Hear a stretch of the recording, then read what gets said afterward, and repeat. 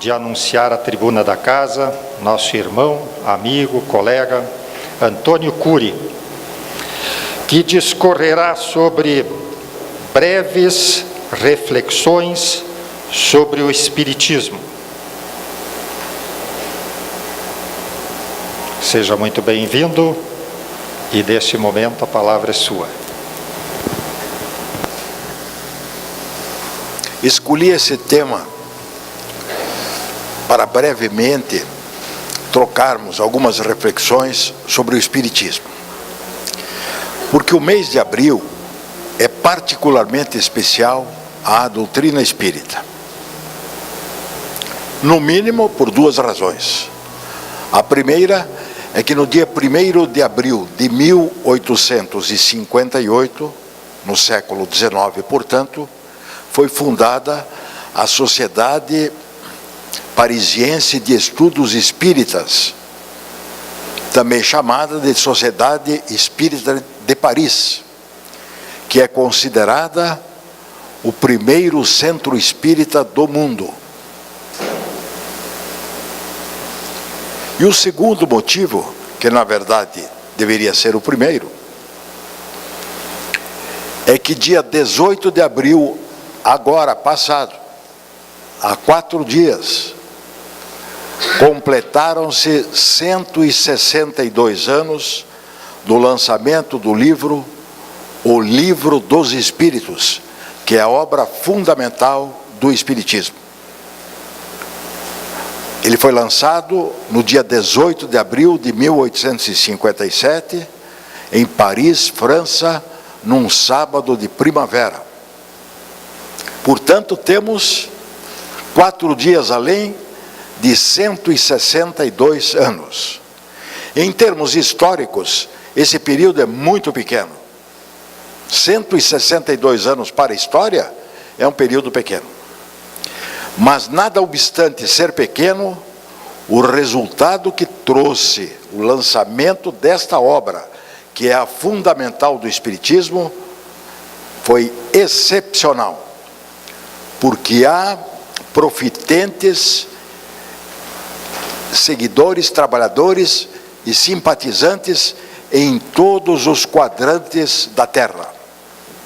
Basta dizer que, para citar só esta obra, e Allan Kardec escreveu 23 obras, basta dizer que esta obra já foi traduzida para o chinês, ou para o mandarim, para o árabe, para o espanhol, para o inglês, para o italiano, para várias línguas, a língua que se fala na Tchecoslováquia, na Hungria e etc.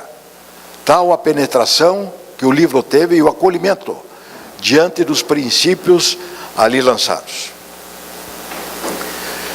Sem falsa modéstia, eu diria que não é sem razão que tudo isto acontece, porque o Livro dos Espíritos, como o Espiritismo em si, é capaz de transformar a vida de todos nós para melhor, de maneira visível, a olhos nus. Por quê? Porque Allan Kardec, e para quem não sabe, Allan Kardec é um pseudônimo do professor Hippolyte Léon Denisard Rivail, que era um educador com diversos livros escritos na França, particularmente sobre educação, muitos dos quais adotados pelas escolas francesas e até mesmo pela Universidade da França. Para citar um exemplo, o livro Estudo Prático e Teórico de Aritmética, do professor Hippolyte Rivail, foi adotado pelas escolas francesas durante 49 anos seguidos. 49 anos. Mais de 2 gerações usaram este livro. Para citar um apenas. Então, Allan Kardec é o pseudônimo do professor Hippolyte Léon Denisard Rivail. E com o lançamento desta obra, ele trouxe algo que revolucionou o mundo. Ou seja, mostrou e demonstrou que existe um mundo invisível. o mundo espiritual e comprovou que o mundo espiritual é a vida verdadeira, de onde proviemos todos e para onde todos retornaremos um dia, cada qual a seu tempo. Isto constituiu uma verdadeira revolução, porque mostrar e demonstrar a existência do invisível, e as pessoas, em geral, até hoje, têm uma certa resistência em relação às coisas que não se veem. Em fevereiro, eu mencionei aqui uma delas apenas, que era o vento. Tenho certeza que ninguém duvida que o vento exista, que o ar exista, né? Especialmente aqueles que já tiveram algum problema respiratório, que quase os levou ao óbito, sabem que o ar não só existe, como é imprescindível. E a gente sente o vento no rosto, mas não vê. Pois bem, há muitas coisas que não se veem, mas que existem. Eu vou recuar, vou voltar. Cerca de 500 anos atrás, sequer se suspeitava da existência do chamado mundo dos pequeninos, dos microscópios, não, perdão, dos microscópios. Será que falei certo? Microscópios, sim. Até o advento do aparelho microscópio, exatamente. Até o advento do microscópio. Quando chegou o microscópio, observou-se a existência do mundo dos infinitamente pequenos, ou dos microscópios. Pergunta-se, antes desse equipamento do microscópio, esses seres imperceptíveis, eles existiam ou não? Claro que existiam. Nós é que não tínhamos condição de enxergá-los, nem equipamento para tanto. A partir do microscópio ficou visível a existência desses seres pequenos e que tanta influência tem em nossas vidas no dia a dia, com doenças e etc., né? Um avanço significativo. Isso há cerca de 500 anos. Pois bem, existem outras coisas que não se veem. Eu falei do vento. E naquele dia, 4 de fevereiro, quando eu estive aqui pela última vez, nessa tribuna, eu esqueci de mencionar um detalhe. No Brasil agora, está se utilizando muito o vento como energia. Capta-se a energia eólica, particularmente nas regiões onde venta muito, como por exemplo no Rio Grande do Norte, e especialmente em Natal, sua capital. E em outras cidades também. A captação de energia, está sendo recolhida a energia que os ventos proporcionam e utilizada para variadas funções. Existem outras coisas que não se veem, mas que existem. Por exemplo, em 1915, Albert Einstein, o físico alemão, escreveu sobre a teoria da relatividade. E eu até mencionei aqui que faltava um pontinho para ele fechar esta teoria, e numa determinada noite ele foi dormir, acordou de madrugada, veio, recebeu um assoprão, levantou-se da cama, fez a anotação, voltou a dormir. No dia seguinte estava fechada a teoria da relatividade, em 1915. Já temos mais de 100 anos da teoria da relatividade. Chamou a atenção eu ter tocado na teoria da relatividade para vocês aqui agora? De modo particularmente especial? Não. É que no dia 10 de abril, agora, há 12 dias atrás, foi publicada uma foto do buraco negro. Viram certamente, não? Saiu na televisão, saiu nos jornais, saiu nas revistas. Uma foto lindíssima, por sinal. Confirmando a teoria da relatividade de Einstein, do físico alemão Albert Einstein, de 2015. Há 104 anos, portanto, atrás. E esse buraco negro traz coisas incríveis. As informações que eu obtive, eu não sou astrônomo, não tenho ligação nenhuma com a astronomia, mas li uma grande reportagem sobre esse assunto. Há 2 anos eles estão preparando essa foto, uma equipe, com vários telescópios de altíssima qualidade, de altíssimo nível, em 5 países do mundo. Um deles aqui na América do Sul, no Chile, no deserto de Atacama. E eles conseguiram reunir, através de vários telescópios, juntaram as imagens que formam um anel com luz em volta e no meio tudo escuro, porque se entrar ali, desaparece. É o chamado buraco negro. Some tudo. Se a luz entrar ali, ela também desaparece. A gente sabia disso, a gente via isso, a gente enxergava isso? Também não. E é coisa pouca o que eu vou contar agora, porque está escrito. Fica numa outra galáxia esse buraco negro, porque não existe só um buraco negro, existem outros, inclusive no nosso próprio sistema solar. Esse buraco negro está distante a 55 milhões de anos-luz. Um ano-luz corresponde à velocidade de 300 mil quilômetros. É ou não é de acreditar em coisas em que a gente não vê? Não é? Mas Kardec foi muito adiante, mostrando a existência do mundo espiritual. Ou seja, que todos nós, por exemplo, todos nós que aqui nos encontramos, somos espíritos, que neste momento estamos encarnados, vestidos com essa roupa chamada corpo, corpo carnal, corpo material, corpo denso, que está entrelaçado através do perispírito, que é um laço que envolve o espírito ao corpo, mas que na verdade o ser essencial, o verdadeiro ser, é o espírito. Ele comprovou isso, que o ser verdadeiro, o ser pensante da criação, é o espírito. O corpo, em outras palavras, ele não disse assim, o corpo é apenas o veículo que nós utilizamos para transitar pelo planeta. Uma vez chegado o momento da nossa desencarnação, vai morrer o corpo, sim. Morre, se decompõe e se transforma, ou é cremado. O corpo morre? Sim. Morre, se decompõe, se transforma ou é cremado. Mas o espírito não. O espírito sai do corpo, mas não sai da vida. Continua existindo. Volta de onde proveio, para o mundo espiritual.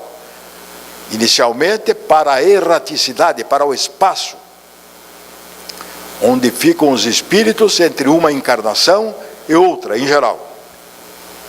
Ele demonstrou isso, e com isso fica clara uma situação não só consoladora, não só de grande esperança, mas de certeza de que a vida não termina com a morte do corpo físico. Ou seja, de que os espíritos são imortais, os espíritos são indestrutíveis. O corpo fica, mas o espírito não, continua a sua jornada evolutiva. E com esta informação, se refletida e se adquirida a convicção sobre ela, a perspectiva nossa muda inteiramente, porque nós continuaremos vivendo, e portanto é bom que nos comportemos da melhor forma possível e façamos tudo do mais certo possível, do melhor modo ao nosso alcance, escolhendo sempre o lado bom, o bem, a prática do bem, porque isso só vai nos favorecer. E com isso estaremos naturalmente, que em pequena parcela, aplicando o ensino máximo de Jesus, que é ver no próximo um irmão, como de fato ele é mesmo, e fazer a ele apenas aquilo que gostaríamos que ele nos fizesse. Jesus no seu ensinamento máximo, contido apenas em uma frase, disse: amar a Deus sobre todas as coisas e ao próximo como a si mesmo. Pois bem, com isto muda de perspectiva. Nós voltaremos em outras existências. Nós já tivemos outras existências. E estamos, nesse momento, vivenciando mais uma reencarnação. Há muita gente que tem dúvida, mas como reencarnação? Eu sou idoso, eu sou velho, como é que eu volto?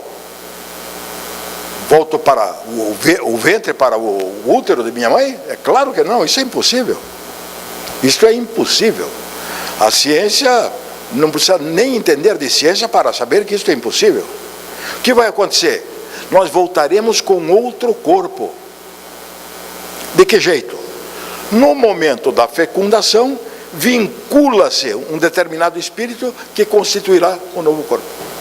Que comandará o novo corpo, melhor dizendo. No momento da fecundação, é um outro corpo. Nós somos nós mesmos. Nesta encarnação, temos essa aparência que temos aqui neste auditório agora. Na próxima, seremos nós mesmos, mas com outros corpos. Se ficou difícil o entendimento, vou tentar mostrar de uma maneira mais simples.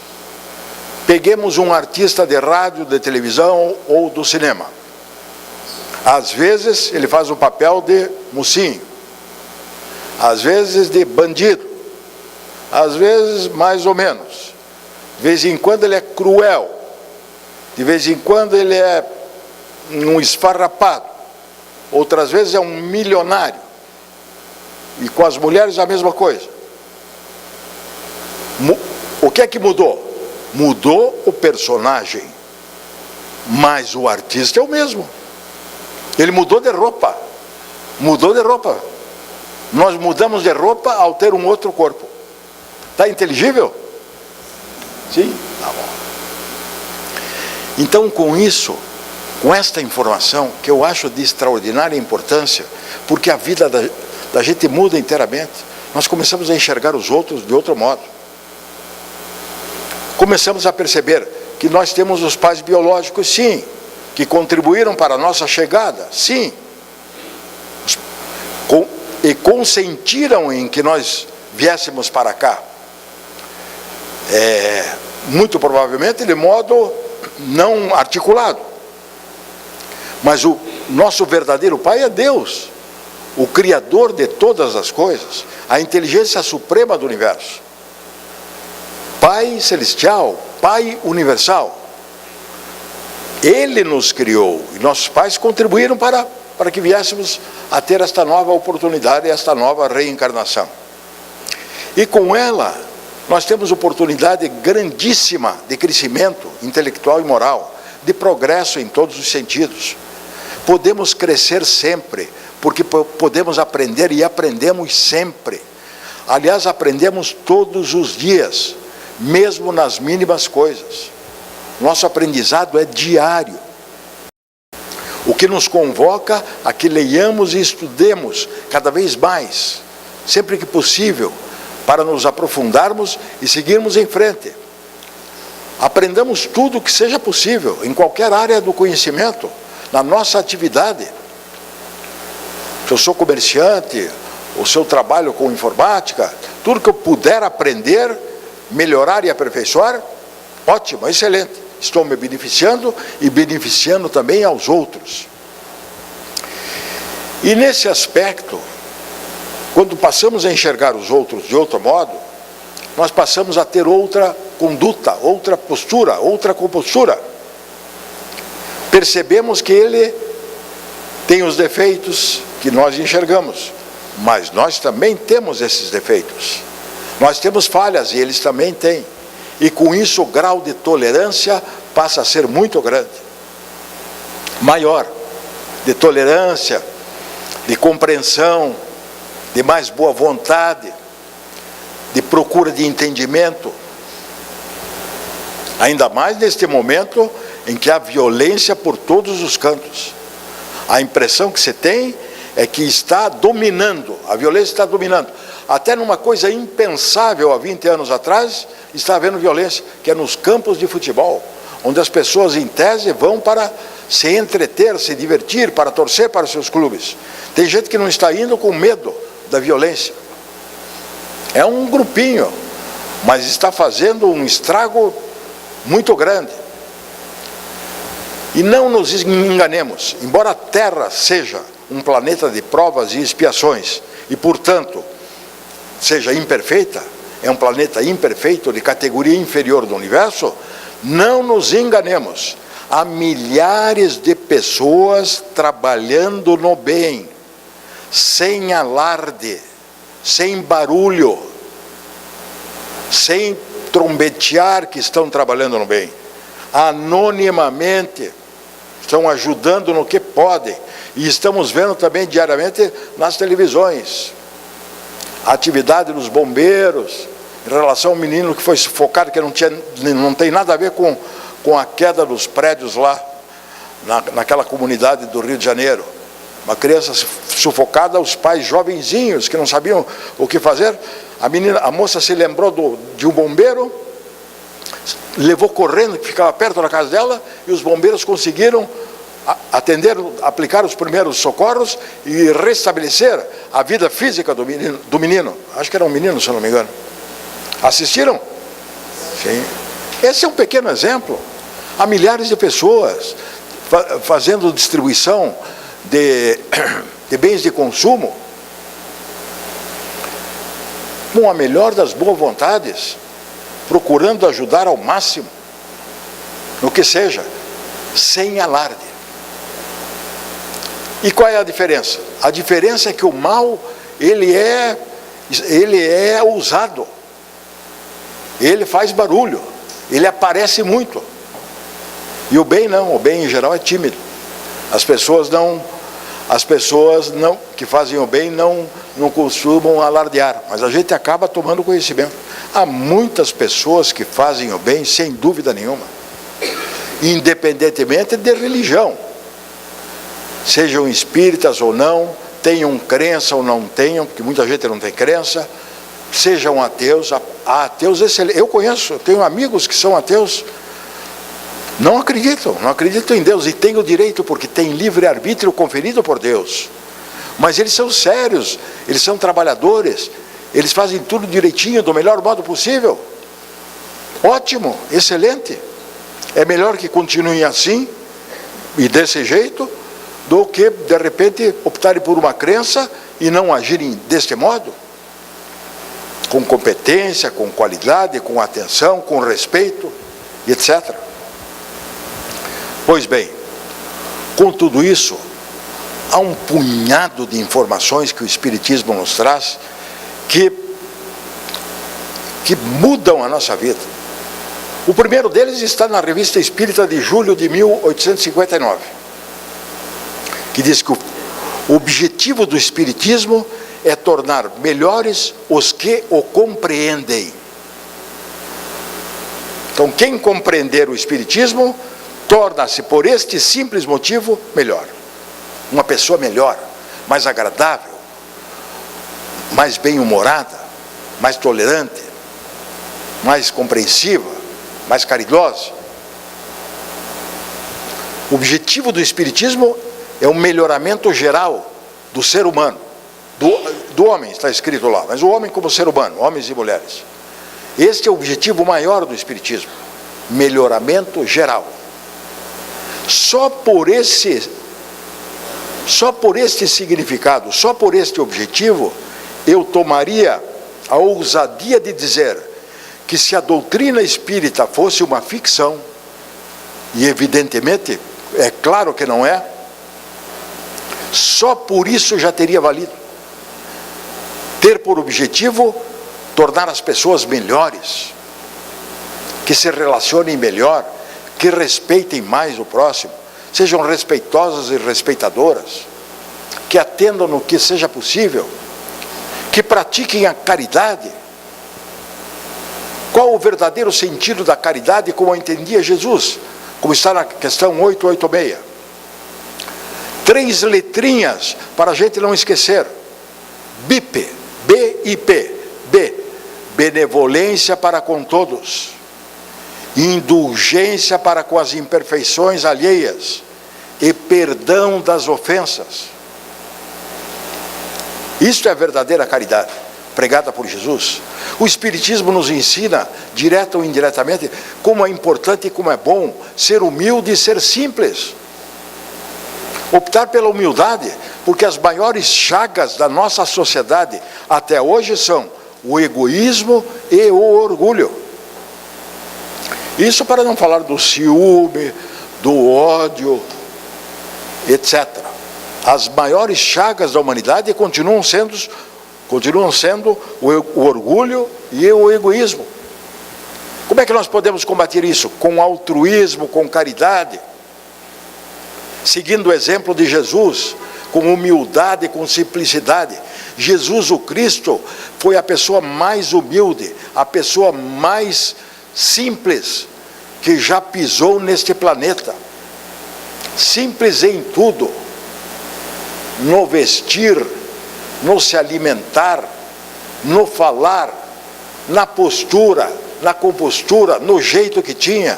Falava com pessoas simples, de um modo tal que elas pudessem entender. E quando ele percebia que elas não entendiam, ele usava muitas vezes parábolas para facilitar o entendimento. E o Espiritismo, que é cristão, o que é que fez? Trocou as parábolas, porque decorridos vários anos, por uma linguagem direta, acessível a todos. E os livros espíritas aí estão, e tem um custo muito baixo, porque o objetivo não é ter lucro, grandes lucros. O lucro que é obtido reverte em obra social, como acontece aqui na Casa de Jesus, onde há mais de 100 famílias sendo atendidas no núcleo espírita Herda Schmidt, em Camboriú, na cidade vizinha, no bairro Conde Vila Verde. Decorei já, sou novato aqui, mas estou decorando. Mais de 100 famílias sendo atendidas por doações que todos nós trazemos, cada qual quanto pode, doações de alimentos. E eles recebem também atendimento médico, odontológico, assistência social, tem palestras espíritas, tem orientação. Todos estamos em condições de fazer isso, seguir o exemplo de Jesus.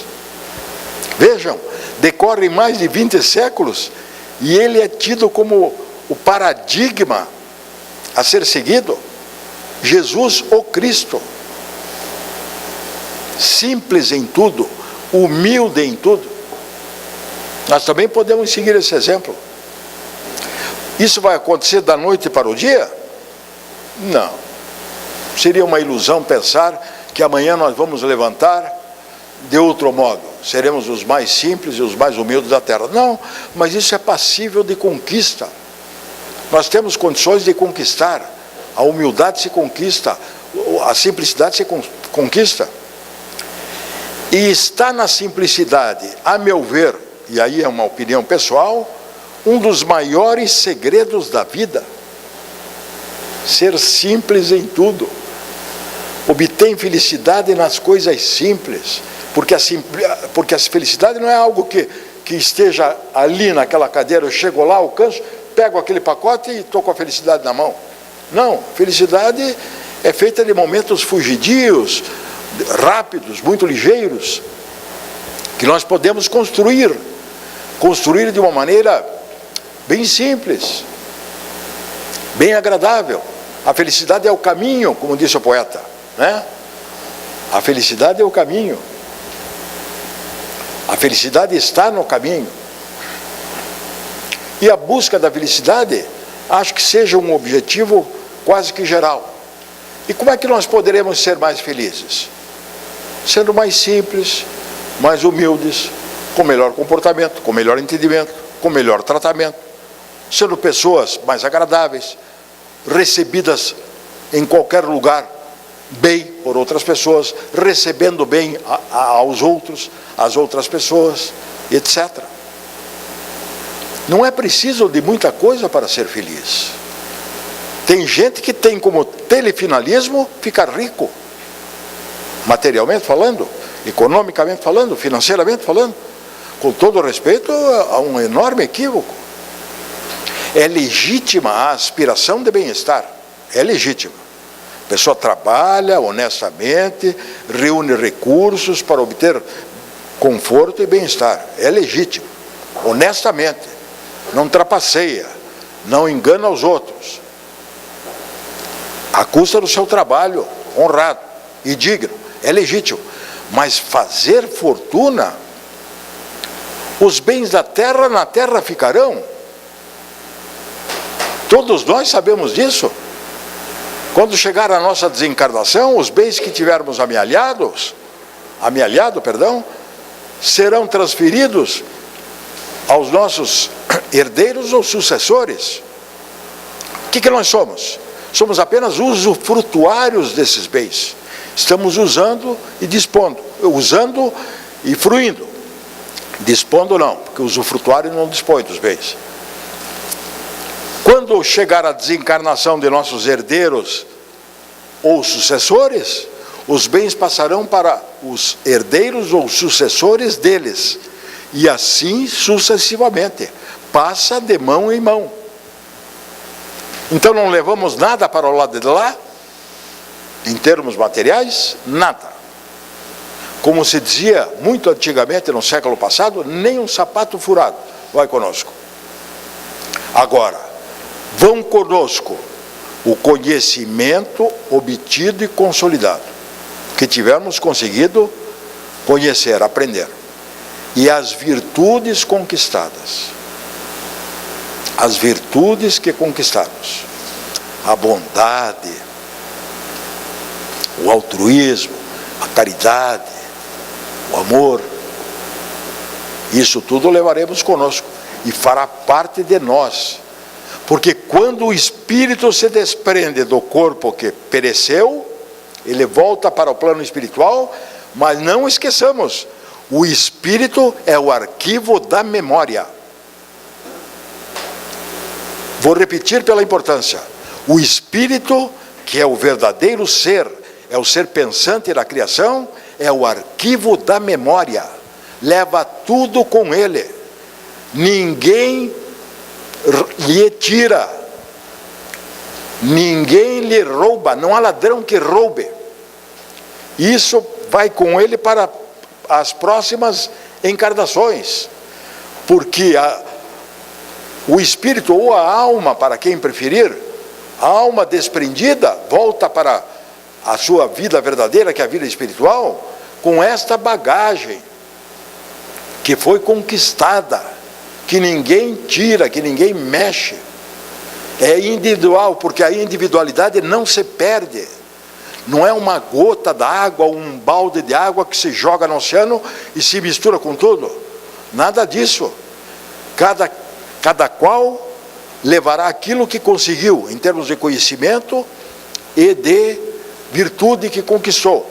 E claro, é óbvio que eu nem precisaria mencionar, mas vou fazer só como reforço. Levaremos também os erros, males e equívocos que não conseguimos ultrapassar nem reparar. Não leva só coisa boa, leva o que deixamos para trás. Levamos as nossas dívidas para adiante, resolvermos e repararmos, porque não adianta se arrepender. Não, eu me arrependo de tudo. Não, aí fica muito fácil. Me arrependo de tudo, está tudo certo. Prejudiquei centenas de pessoas. Não, vai ter que reparar tudo que fez de errado. Isso não é uma ameaça. É só como se diz, é só uma ênfase que eu estou dando para o fato do que nós verdadeiramente teremos, o que nos pertence efetivamente. Né? E assim, com isso, a gente já chega à conclusão de que é muito importante que acumule o máximo possível, e principalmente em termos de virtudes. E o conhecimento a gente vai conseguindo também devagarinho, a pouco e pouco, principalmente em termos de virtudes, porque com isso nós seremos capazes de ajudar mais aos outros. Poderemos trabalhar, e todo o trabalho é absolutamente indispensável, porque aperfeiçoa a nossa inteligência. O trabalho aperfeiçoa a inteligência de todos. Além de oferecer o ganha-pão de cada dia, o trabalho ajuda no aperfeiçoamento da nossa inteligência. Vamos melhorando por todos os lados. E a doutrina espírita nos coloca ainda, de modo particularmente especial, que temos como modelo e guia Jesus. Nós temos um norte. Jesus é nosso modelo e nosso guia. E ao contrário do que algumas pessoas pensam, ninguém está só. Nunca, em hipótese alguma, está só.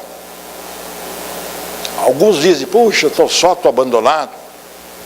Não está. Com todo o respeito, não está. No mínimo, pode contar sempre com Deus, nosso Pai universal, com Jesus, nosso irmão mais velho, nosso modelo e guia da humanidade, nosso mestre e amigo de todas as horas, e também podemos contar com o nosso anjo da guarda, com o nosso protetor espiritual, porque todos têm o seu protetor espiritual. Alguém poderia dizer, mas como? Um cidadão que mata centenas de pessoas aleatoriamente, por variadas razões, tem um protetor espiritual? Tem. Não deu ouvidos ao aconselhamento que recebeu. E como tem o livre-arbítrio, fez o que melhor achou que tinha a fazer. Errou feio, mas tem o anjo da guarda. E o anjo da guarda não pode e não deve fazer aquilo que cabe a nós fazermos. Nós temos que cumprir a nossa parte. Ele está lá zelando, como um pai zela pelos filhos, cuidando da melhor maneira possível, encaminhando, etc. Mas a nossa parte, a parte de cada um, tem que ser feita por nós, e do melhor modo possível, sempre, em qualquer coisa. De maneira que nós não estamos nunca sós. E com essas rápidas pinceladas, não sei se me fiz entender, mas o Espiritismo, ele nos traz uma orientação, um esclarecimento e um consolo. Existem milagres? Não existem milagres. A gente às vezes fala, puxa, isso aqui foi um milagre. Não existe. Né? Aliás, ontem, o que nos convoca a que leiamos e estudemos cada vez mais, sempre que possível, para nos aprofundarmos e seguirmos em frente. Aprendamos tudo o que seja possível, em qualquer área do conhecimento, na nossa atividade. Se eu sou comerciante, o seu trabalho com informática, tudo que eu puder aprender, melhorar e aperfeiçoar, ótimo, excelente. Estou me beneficiando e beneficiando também aos outros.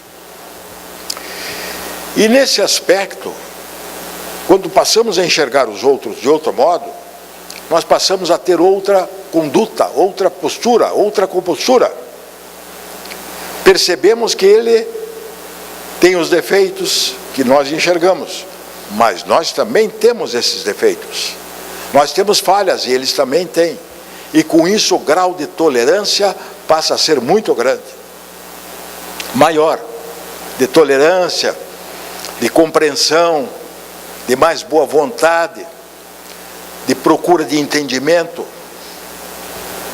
Ainda mais neste momento em que há violência por todos os cantos. A impressão que se tem é que está dominando, a violência está dominando. Até numa coisa impensável há 20 anos atrás, está havendo violência, que é nos campos de futebol, onde as pessoas em tese vão para se entreter, se divertir, para torcer para os seus clubes. Tem gente que não está indo com medo da violência. É um grupinho, mas está fazendo um estrago muito grande. E não nos enganemos, embora a Terra seja um planeta de provas e expiações, e portanto seja imperfeita, é um planeta imperfeito de categoria inferior do universo, não nos enganemos. há milhares de pessoas trabalhando no bem, sem alarde, sem barulho, sem trombetear que estão trabalhando no bem, anonimamente, estão ajudando no que podem, e estamos vendo também diariamente nas televisões, a atividade dos bombeiros, em relação ao menino que foi sufocado, que não tem nada a ver com a queda dos prédios lá, naquela comunidade do Rio de Janeiro. Uma criança sufocada, os pais jovenzinhos que não sabiam o que fazer. A moça se lembrou de um bombeiro, levou correndo, que ficava perto da casa dela, e os bombeiros conseguiram atender, aplicar os primeiros socorros e restabelecer a vida física do menino. Acho que era um menino, se eu não me engano. Assistiram? Sim. Esse é um pequeno exemplo. Há milhares de pessoas fazendo distribuição de bens de consumo com a melhor das boas vontades, procurando ajudar ao máximo, no que seja, sem alarde. E qual é a diferença? A diferença é que o mal, ele é ousado, ele faz barulho, ele aparece muito. E o bem não, o bem em geral é tímido. As pessoas que fazem o bem não costumam alardear, mas a gente acaba tomando conhecimento. Há muitas pessoas que fazem o bem sem dúvida nenhuma, independentemente de religião, sejam espíritas ou não, tenham crença ou não tenham, porque muita gente não tem crença, sejam ateus. Há ateus excelentes. Eu tenho amigos que são ateus, não acreditam em Deus, e têm o direito, porque têm livre-arbítrio conferido por Deus. Mas eles são sérios, eles são trabalhadores, eles fazem tudo direitinho, do melhor modo possível. Ótimo, excelente. É melhor que continuem assim, e desse jeito, do que, de repente, optarem por uma crença e não agirem deste modo. Com competência, com qualidade, com atenção, com respeito, etc. Pois bem, com tudo isso, há um punhado de informações que o Espiritismo nos traz que mudam a nossa vida. O primeiro deles está na Revista Espírita de julho de 1859, que diz que o objetivo do Espiritismo é tornar melhores os que o compreendem. Então, quem compreender o Espiritismo torna-se, por este simples motivo, melhor. Uma pessoa melhor, mais agradável, mais bem-humorada, mais tolerante, mais compreensiva, mais caridosa. O objetivo do Espiritismo é o melhoramento geral do ser humano, do homem, está escrito lá, mas o homem como ser humano, homens e mulheres. Este é o objetivo maior do Espiritismo, melhoramento geral. Só por este significado, só por este objetivo, eu tomaria a ousadia de dizer que se a doutrina espírita fosse uma ficção, e evidentemente, é claro que não é, só por isso já teria valido. Ter por objetivo tornar as pessoas melhores, que se relacionem melhor, que respeitem mais o próximo, sejam respeitosas e respeitadoras, que atendam no que seja possível, que pratiquem a caridade. Qual o verdadeiro sentido da caridade como entendia Jesus? Como está na questão 886. 3 letrinhas para a gente não esquecer. BIP, B-I-P, B, benevolência para com todos, indulgência para com as imperfeições alheias e perdão das ofensas. Isto é a verdadeira caridade, pregada por Jesus. O Espiritismo nos ensina, direta ou indiretamente, como é importante e como é bom ser humilde e ser simples. Optar pela humildade, porque as maiores chagas da nossa sociedade até hoje são o egoísmo e o orgulho. Isso para não falar do ciúme, do ódio, etc. As maiores chagas da humanidade continuam sendo o orgulho e o egoísmo. Como é que nós podemos combater isso? Com altruísmo, com caridade, seguindo o exemplo de Jesus, com humildade, com simplicidade. Jesus, o Cristo, foi a pessoa mais humilde, a pessoa mais simples que já pisou neste planeta. Simples em tudo, no vestir, no se alimentar, no falar, na postura, na compostura, no jeito que tinha. Falava com pessoas simples, de um modo tal que elas pudessem entender.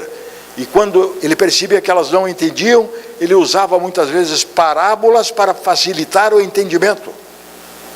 E o Espiritismo, que é cristão, o que é que fez? Trocou as parábolas, porque decorridos vários anos, por uma linguagem direta, acessível a todos.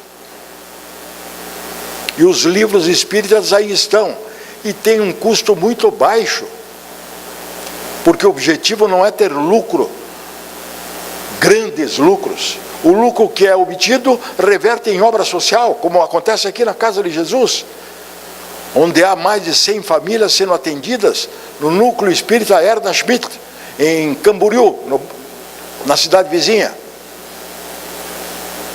no bairro Conde Vila Verde. Decorei já? Eu sou novato aqui, mas estou decorando. Mais de 100 famílias sendo atendidas por doações que todos nós trazemos, cada qual quanto pode. Doações de alimentos. E eles recebem também atendimento médico, odontológico, assistência social, tem palestras espíritas, tem orientação. Todos estamos em condições de fazer isso, seguir o exemplo de Jesus. Vejam, decorrem mais de 20 séculos e ele é tido como o paradigma a ser seguido. Jesus, o Cristo, simples em tudo, humilde em tudo. Nós também podemos seguir esse exemplo. Isso vai acontecer da noite para o dia? Não. Seria uma ilusão pensar que amanhã nós vamos levantar de outro modo. Seremos os mais simples e os mais humildes da terra. Não, mas isso é passível de conquista. Nós temos condições de conquistar. A humildade se conquista, a simplicidade se conquista. E está na simplicidade, a meu ver, e aí é uma opinião pessoal, um dos maiores segredos da vida. Ser simples em tudo. Obtém felicidade nas coisas simples, porque a felicidade não é algo que esteja ali naquela cadeira, eu chego lá, alcanço, pego aquele pacote e estou com a felicidade na mão. Não, felicidade é feita de momentos fugidios, rápidos, muito ligeiros, que nós podemos construir de uma maneira bem simples, bem agradável. A felicidade é o caminho, como disse o poeta, né? A felicidade é o caminho. A felicidade está no caminho. E a busca da felicidade, acho que seja um objetivo quase que geral. E como é que nós poderemos ser mais felizes? Sendo mais simples, mais humildes, com melhor comportamento, com melhor entendimento, com melhor tratamento, sendo pessoas mais agradáveis, recebidas em qualquer lugar bem por outras pessoas, recebendo bem aos outros, às outras pessoas, etc. Não é preciso de muita coisa para ser feliz. Tem gente que tem como telefinalismo ficar rico, materialmente falando, economicamente falando, financeiramente falando. Com todo respeito, a um enorme equívoco. É legítima a aspiração de bem-estar, é legítima. A pessoa trabalha honestamente, reúne recursos para obter conforto e bem-estar, é legítimo, honestamente, não trapaceia, não engana os outros, à custa do seu trabalho honrado e digno, é legítimo. Mas fazer fortuna, os bens da terra na terra ficarão. Todos nós sabemos disso. Quando chegar a nossa desencarnação, os bens que tivermos amealhado, serão transferidos aos nossos herdeiros ou sucessores. O que nós somos? Somos apenas usufrutuários desses bens. Estamos usando e dispondo, usando e fruindo. Dispondo não, porque o usufrutuário não dispõe dos bens. Quando chegar a desencarnação de nossos herdeiros ou sucessores, os bens passarão para os herdeiros ou sucessores deles, e assim sucessivamente, passa de mão em mão. Então não levamos nada para o lado de lá, em termos materiais, nada. Como se dizia muito antigamente, no século passado, nem um sapato furado vai conosco. Agora, vão conosco o conhecimento obtido e consolidado, que tivermos conseguido conhecer, aprender, e as virtudes conquistadas, as virtudes que conquistamos, a bondade, o altruísmo, a caridade, o amor, isso tudo levaremos conosco e fará parte de nós, porque quando o espírito se desprende do corpo que pereceu, ele volta para o plano espiritual, mas não esqueçamos, o espírito é o arquivo da memória. Vou repetir pela importância, o espírito, que é o verdadeiro ser, é o ser pensante da criação, é o arquivo da memória, leva tudo com ele, ninguém lhe tira, ninguém lhe rouba, não há ladrão que roube, isso vai com ele para as próximas encarnações, porque o espírito ou a alma, para quem preferir, a alma desprendida volta para a sua vida verdadeira, que é a vida espiritual, com esta bagagem que foi conquistada, que ninguém tira, que ninguém mexe. É individual, porque a individualidade não se perde. Não é uma gota d'água, um balde de água que se joga no oceano e se mistura com tudo. Nada disso. Cada qual levará aquilo que conseguiu, em termos de conhecimento e de virtude que conquistou. E claro, é óbvio que eu nem precisaria mencionar, mas vou fazer só como reforço. Levaremos também os erros, males e equívocos que não conseguimos ultrapassar nem reparar. Não leva só coisa boa, leva o que deixamos para trás. Levamos as nossas dívidas para adiante, resolvermos e repararmos, porque não adianta se arrepender.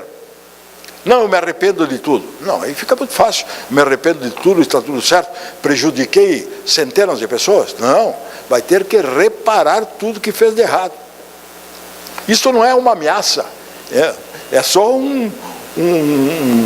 como se diz, é só uma ênfase que eu estou dando para o fato do que nós verdadeiramente teremos, o que nos pertence efetivamente. Né? E assim, com isso, a gente já chega à conclusão de que é muito importante que acumule o máximo possível, e principalmente em termos de virtudes. E o conhecimento a gente vai conseguindo também devagarinho, a pouco e pouco, principalmente em termos de virtudes, porque com isso nós seremos capazes de ajudar mais aos outros. Poderemos trabalhar, e todo o trabalho é absolutamente indispensável, porque aperfeiçoa a nossa inteligência. O trabalho aperfeiçoa a inteligência de todos. Além de oferecer o ganha-pão de cada dia, o trabalho ajuda no aperfeiçoamento da nossa inteligência. Vamos melhorando por todos os lados. E a doutrina espírita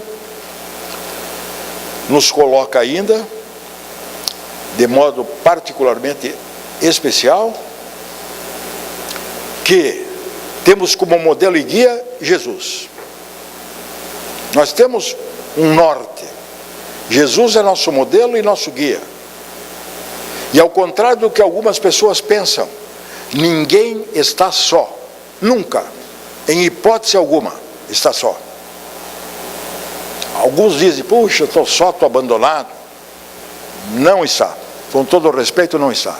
No mínimo pode contar sempre com Deus, nosso Pai universal, com Jesus, nosso irmão mais velho, nosso modelo e guia da humanidade, nosso mestre e amigo de todas as horas, e também podemos contar com o nosso anjo da guarda, com o nosso protetor espiritual, porque todos têm o seu protetor espiritual. Alguém poderia dizer, mas como? Um cidadão que mata centenas de pessoas aleatoriamente, por variadas razões, tem um protetor espiritual? Tem. Não deu ouvidos ao aconselhamento que recebeu, e como tem o livre-arbítrio, fez o que melhor achou que tinha a fazer. Errou feio, mas tem o anjo da guarda. E o anjo da guarda não pode e não deve fazer aquilo que cabe a nós fazermos. Nós temos que cumprir a nossa parte. Ele está lá zelando, como um pai zela pelos filhos, cuidando da melhor maneira possível, encaminhando, etc. Mas a nossa parte, a parte de cada um, tem que ser feita por nós, e do melhor modo possível, sempre, em qualquer coisa. De maneira que nós não estamos nunca sós. E com essas rápidas pinceladas, não sei se me fiz entender, mas o Espiritismo, ele nos traz uma orientação, um esclarecimento e um consolo. Existem milagres? Não existem milagres. A gente às vezes fala, puxa, isso aqui foi um milagre. Não existe, né? Aliás, ontem eu assisti a um filme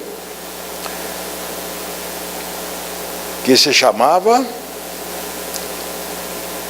me deu um branco agora, Superação.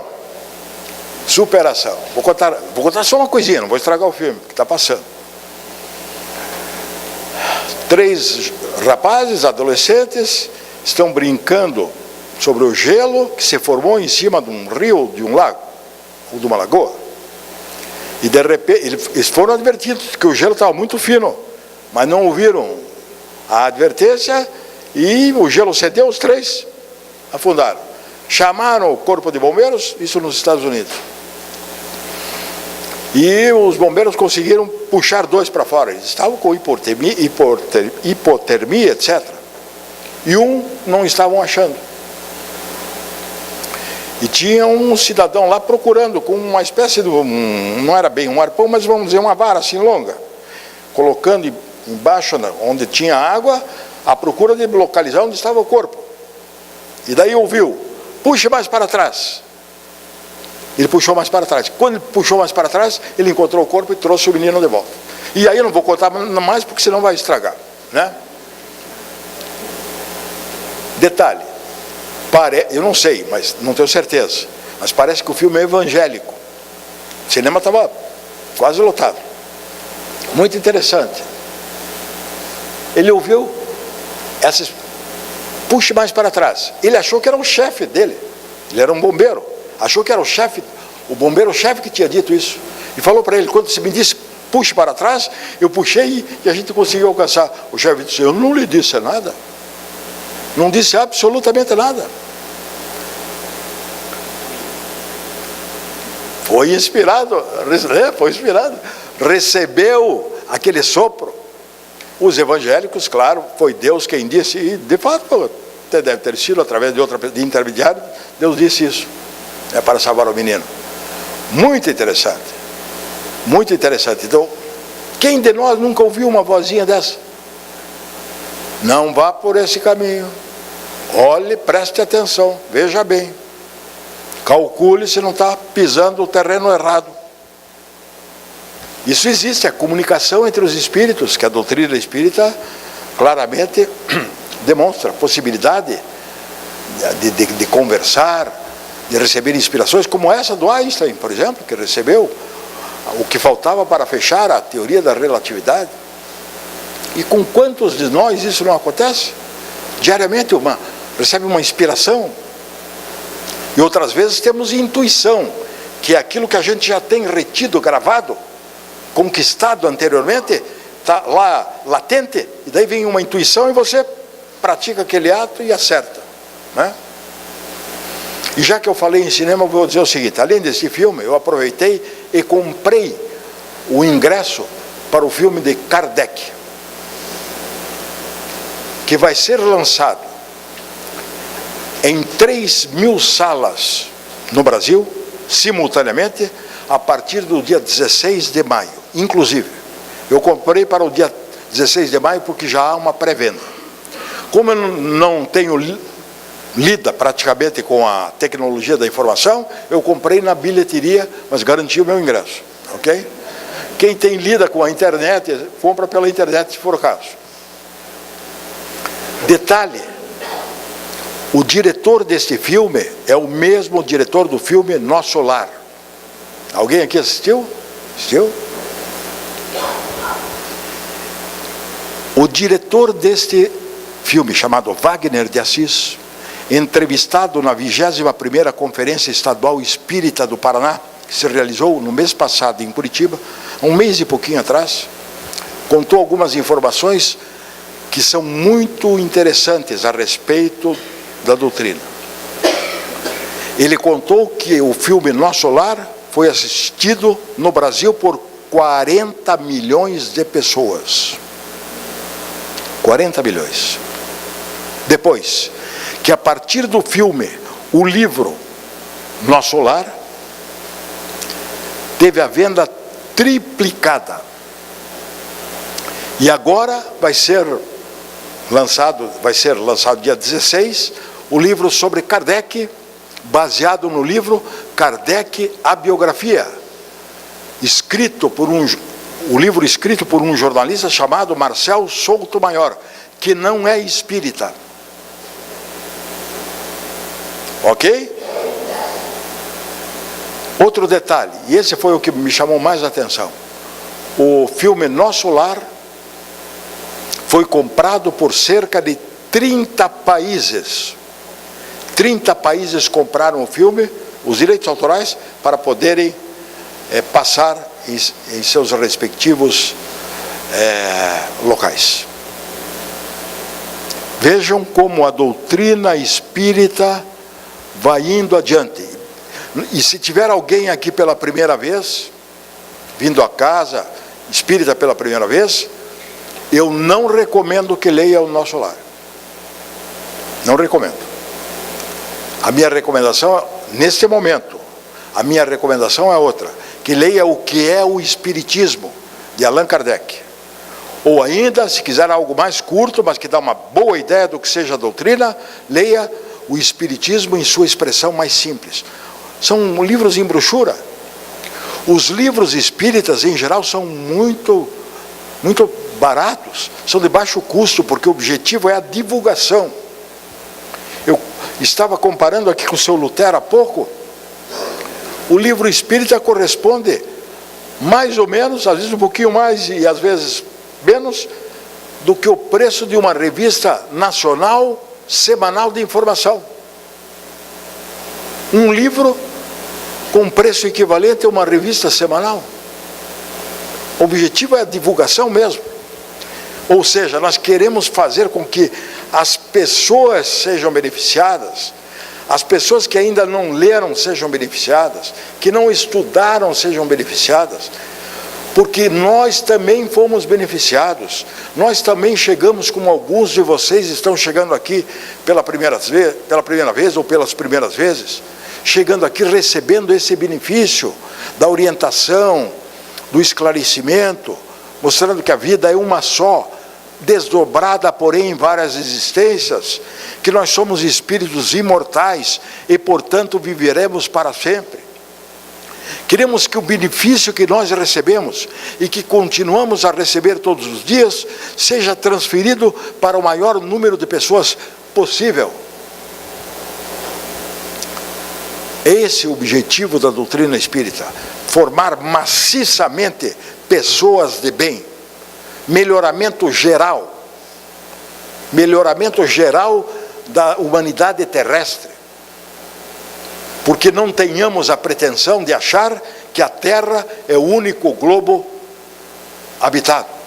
Como disse Jesus, na casa de meu Pai há muitas moradas. Não tenhamos essa ideia.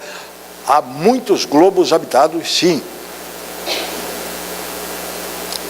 E então, formar pessoas de bem, voltadas para o bem e para a sua prática, que não hesitem, para terminar, que não hesitem um átimo de segundo sequer para fazer a escolha pelo bem sempre.